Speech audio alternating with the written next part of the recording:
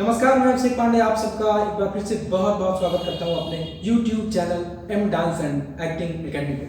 तो गाइस, हम लोग बात कर रहे हैं डांस की। इसके पहले जो दो लेसन हम लोगों ने किए हैं, लेसन 1 और लेसन 2। लेसन 1 में हम लोगों ने ये जाना है कि डांस किसे कहते हैं, वैसे ही लेसन 2 में हम लोगों ने ये जाना है कि डांस कितने प्रकार के होते हैं। तो गाइस, चलिए आज हम लोग जानेंगे कि डांस DANCE 5 वर्ड है।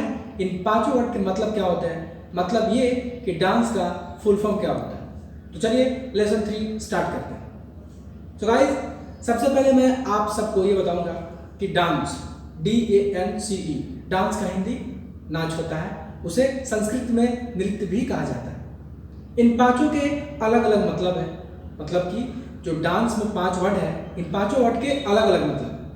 अगर इन सारे वर्ड्स को, इन सारे जो 5 वर्ड हैं, इनके मतलब को हम जान लें तो डांस करने में काफ़ी हद तक हमें जो है रिलीफ मिलेगी।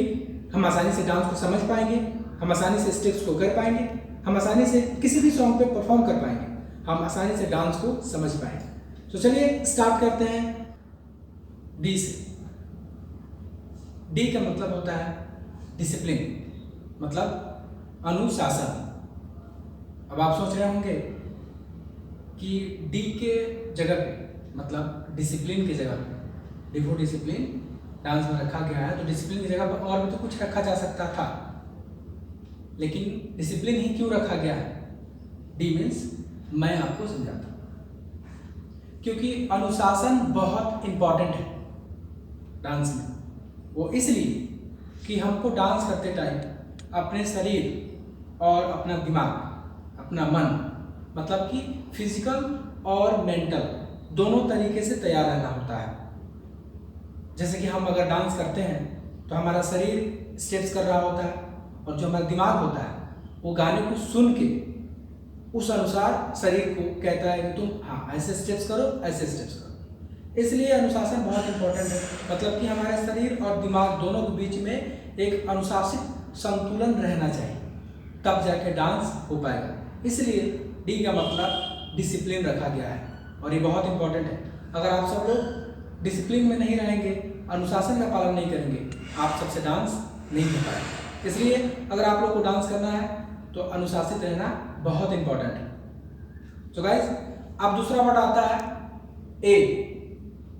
ए का मतलब क्या होता है, अब आप लोग जानिए। ए का मतलब होता है एटीट्यूड। एटीट्यूड मतलब हमारा हाव भाव, हमारा स्वभाव। अब फिर आपको लगता होगा कि फिर से एटीट्यूड, ए फॉर एटीट्यूड जो बता रहे हैं, ये चेंज भी तो हो सकता था, लेकिन एटीट्यूड को क्यों रखा गया? ए का मतलब एटीट्यूड ही क्यों रखा गया? इसका भी रीज़न है, मैं बताता हूँ आपसे। रीज़न ये है कि एटीट्यूड इसलिए ए फॉर कहा गया है क्योंकि सपोज दैट, मान लो कि गाना जो है बहुत बोल्ड है, हम जिस गाने पे डांस कर रहे हो बहुत बोल्ड सॉन्ग है, और हम जब डांस करना स्टार्ट करते हैं तो हमारा जो एटीट्यूड है, जो हमारा स्वभाव है, वो हो गया लेजी टाइप से। हम आलसीपन लगे करने, हमारे जो शरीर में उस तरह की बोल्डनेस नहीं है, हम उसे शो नहीं कर पा रहे, हम उस एटीट्यूड में नहीं है, तो डांस अच्छा लगेगा? बिल्कुल नहीं लगेगा। आप कहीं और जाओगे, गाना कहीं और जाएगा, ऑडियंस को बिल्कुल ही पसंद नहीं आएगा। इसलिए एटीट्यूड का होना भी बहुत इंपॉर्टेंट है। जिस गाने पे जिस तरह का वो मांगता है आपसे कि हाँ मुझे इस तरह का एटीट्यूड चाहिए, आप उसे दो, आपका स्वभाव उसी तरीके से हो जाना चाहिए। इसलिए ए फॉर एटीट्यूड रखा गया है। अब तीसरा वर्ड आता है एन, और एन का मतलब होता है न्यू। न्यू मतलब नया। मतलब ये कि हम लोगों को डेली ये कोशिश करनी चाहिए कि कुछ ना कुछ नया करते रहें, कुछ ना कुछ नया सीखते रहें। इसलिए इनका मतलब न्यू रखा गया। चौथा और बहुत ही इंपॉर्टेंट वर्ड आता है सी। सी मीन्स होता है क्रिएशन, और ये बहुत इंपॉर्टेंट है। जैसे कि मैंने लेसन 2 में आप सबको बताया था कि वेस्टर्न जो डांस होते हैं उसमें कुछ भी जो है मतलब एकदम से वो काउंटेबल नहीं है कि इतने फॉर्म, इतने स्टाइल्स होते हैं, नहीं, उसमें बढ़ सकता है। मतलब कोई भी हम अगर स्टेप एक बनाते हैं, अच्छा सा बनाते हैं, उसे एक नाम दे देंगे, वो एक स्टाइल हो गया। इसी तरह क्रिएट करते रहना चाहिए। मतलब ये कोई इसका प्रमाण नहीं है कि जो स्टेप्स आपने करा या हमने करा वही जो है स्टेप है, और कोई स्टेप नहीं हो सकता है। बिल्कुल हो सकता है, हम क्रिएट कर सकते हैं, दूसरा भी नया नया क्रिएशन कर सकते हैं। बस इस बात का ध्यान रखना होता है कि जो सॉन्ग बज रहा है उस पर आपका स्टेप जो है सेट हो जाए, लिपसिंग पे आए, बीट पे आए और मर्ज हो जाए, गाना और स्टेप दोनों मर्ज हो जाए। मतलब जो लिपसिंग कह रहा है वो स्टेप उसको जो है इंडिकेट करे। आप क्रिएट कर सकते हो, नया स्टेप बना सकते हो। अब आखिरी और बहुत इंपॉर्टेंट वर्ड आता है ई। समझिए कि ये डांस का 60% है। अगर आपको डांस करना है, डांस का मतलब समझना है, तो ई का बहुत इंपॉर्टेंट है। ई मतलब होता है एक्सप्रेशन, मतलब कि आपके चेहरे का हाव भाव, और ये बहुत इंपॉर्टेंट है।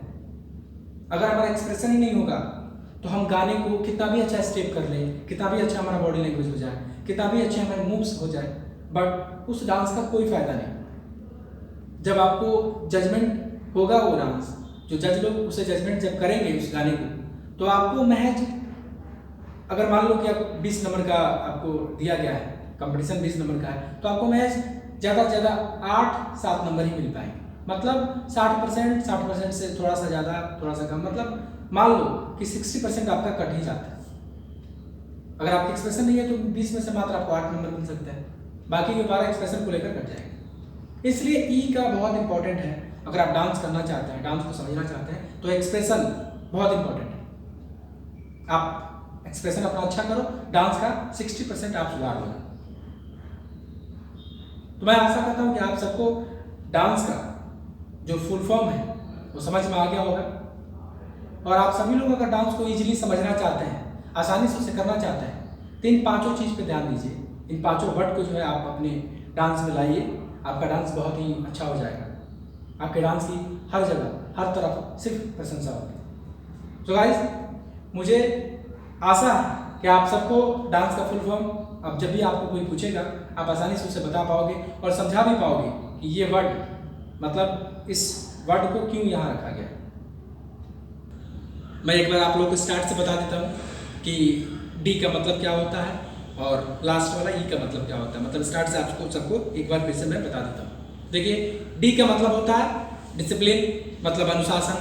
ए का मतलब होता है एटीट्यूड, मतलब आपका हाव भाव। एन का मतलब होता है न्यू, मतलब कि नया। सी का मतलब होता है क्रिएशन, मतलब कि कुछ क्रिएट करना, कुछ बनाना। और ई का मतलब होता है एक्सप्रेशन, मतलब आपके चेहरे का हाव भाव। ये पांचों वर्ड होते हैं DANCE, डांस का मतलब। गाइस, अगर आप सब लोग ये समझ जाओगे, ये पांचों अगर आप लोग अच्छे से अपने डांस में से आप उतार लेते हो, तो आपका डांस बहुत ही अच्छा हो जाएगा। अगर इन पांचों पे आप कंट्रोल कर लेते हो तो आपका डांस बहुत ही अच्छा हो जाएगा। तो गाइस, मैं आशा करता हूँ कि आप सबको आज का वीडियो बहुत पसंद आया होगा और आप सब लोग समझ गए होंगे कि डांस का फुल फॉर्म क्या होता है। तो अगर आप सबको ये वीडियो बहुत अच्छा लगा है तो कृपया चैनल को, अगर आप नए हैं चैनल पे, तो सब्सक्राइब कर लीजिए, लाइक करिए और शेयर जरूर करिए, ताकि आप जैसे और भी लोग घर बैठे आसानी से डांस, एक्टिंग और योगा की जानकारी ले सकें। सो गाइस, फिर से हम लोग मिलते हैं नेक्स्ट वीडियो में।